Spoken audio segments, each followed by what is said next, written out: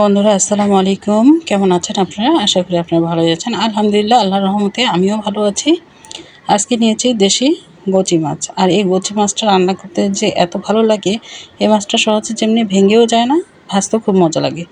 আমি মাছটা ধুয়ে পরিষ্কার করে নিয়েছি, আর এই মাছ কাটাটা খুব কষ্ট।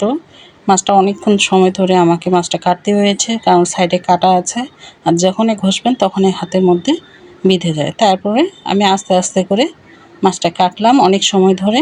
এখন মাছের মধ্যে লবণ হলুদ দিয়ে ভালো করে মেখে নিচ্ছি। আর বন্ধুরা অবশ্যই আপনারা সম্পূর্ণ ভিডিওটা দেখবেন আর বন্ধু হয়ে পাশে থাকবেন। মাছের মধ্যে লবণ হলুদ মাখিয়ে নেওয়ার পরে আমি কড়াইয়ের মধ্যে আগে থেকে তেল দিয়ে দিয়েছি, আর সেই তেলের মধ্যে আমি লবণও দিয়ে দিয়েছি, কারণ মাছটা খুব সহজে উল্টানো যায়, একদম কড়াইয়ের মধ্যে লেগে যায় না।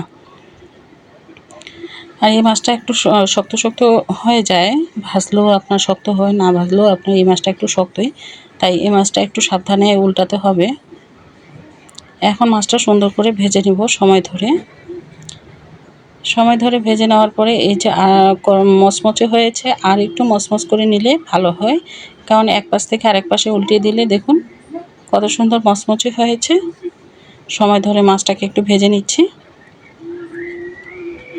আর এভাবে মাছটা আমি ভেজে নিব। আর এদিকে আমি পেঁয়াজ বেটে নিচ্ছি, কারণ একটু মরিচ গুঁড়া করা ছিল, সেটা মরিচটা গুঁড়া করাটা দিব, আর সাথে জিরাও গুঁড়া করা ছিল, তাই পেঁয়াজটা একটু বেটে নিচ্ছি।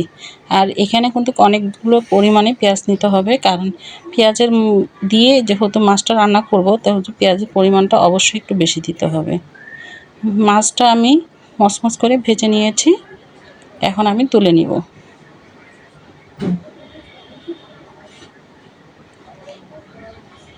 মাছটা তুলে নিতে হবে, আমি এই মাছটা তুলে নিচ্ছি।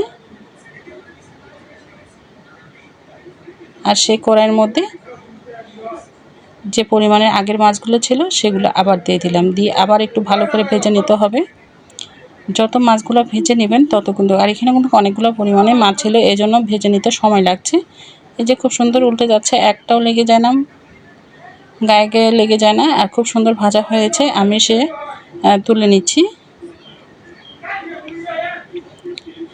এখন আমি মাছটা তুলে নিলাম, আবার সেই তেলের মধ্যে আমি এখন পেঁয়াজ বাটাটা দিয়ে দেব। আর এখন পেঁয়াজ বাটাটা আমি দিয়ে দিতে হবে, দিয়ে ভালো করে একটু ভেজে নিতে হবে। তেলের পরিমাণটা অবশ্যই বেশি থাকতে হবে, কারণ মাছটাকে যেহেতু একটু মচমচে ভেজে নিব। কড়াইটা একটু বেঁকা হয়ে গেছে, সেটা একটু সোজা করে দিলাম, আর এখানে আরেকটু পরিমাণে তেল দিয়ে দিচ্ছি। এখন বাকি যে শুকনা মরিচের গুঁড়া, হলুদের গুঁড়া, লবণ, স্বাদ মতো লবণ, এগুলো আমি এখন দিয়ে দিব। বন্ধুরা এই মাছটা খেতে কে কে পছন্দ করেন অবশ্যই কমেন্ট করে জানাবেন। যদি ভালো লেগে থাকে বন্ধু হয়ে পাশে থাকবেন। মরিচের গুঁড়াটা একটু বেশি দিলাম, কারণ ঝাল ঝাল না হলে খেতে ভালো লাগবে না। দিয়ে দিলাম হলুদের গুঁড়া, দিয়ে মশলাটাকে আবার একটু ভালো করে কষিয়ে নিতে হবে, বেশি কষাতে হবে না, কারণ মাছ আর মশলা একবারে সুন্দর করে ভাজা ভাজা করব, সেজন্য একটু সময় ধরে রান্না করতে হবে। যত সময় ধরে রান্না করবেন তত কিন্তু খেতে ভালো লাগবে। এই যে মশলা আর মাছ একসাথে দিয়ে দিয়েছি, আর একদম ভাজা ভাজা করে নিচ্ছি। মাছটা যত ভাজা ভাজা করে নেবেন তত কিন্তু স্বাদ হবে ভালো। এভাবে খেতে কে কে পছন্দ করেন অবশ্যই জানাবেন। এই ভাজির সাথে যদি আর মসুর ডাল হয়েছে, তাহলে এক থালি ভাত নিমেষে শেষ করা যাবে। এই মাছটা খেতে এত স্বাদ। উপরে দিচ্ছি ভাজা জিরে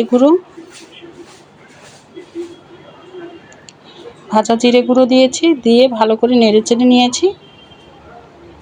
এখন আমি পরিবেশন করে নেব। আমরা কিন্তু এভাবে খেতে ভালোবাসি। দেখুন বন্ধুরা কত লোভনীয় হয়েছে, মাশাআল্লাহ, কালারটা অনেক সুন্দর হয়েছে। আসসালামু আলাইকুম, ভালো থাকবেন সবাই।